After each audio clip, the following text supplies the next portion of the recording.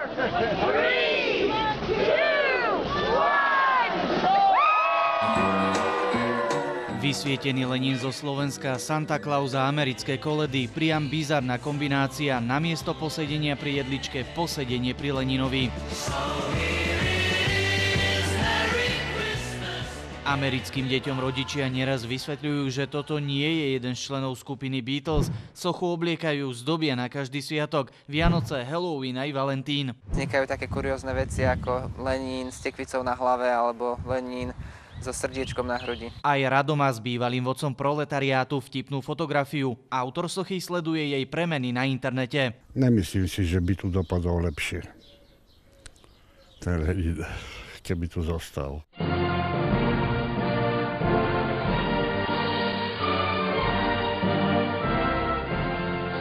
Teraz pri soche hrá americká hymna, kedysi to bola Internacionála.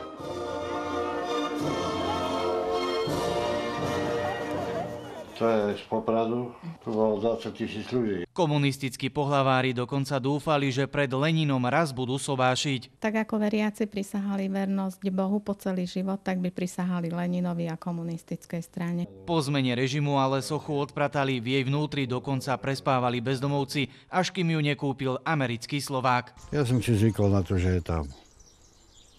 A už na to ani nemyslím. Pokiaľ viem, tak táto socha je stále ešte na predaj. Snažia sa ju predať už od 94. za $4 milióna.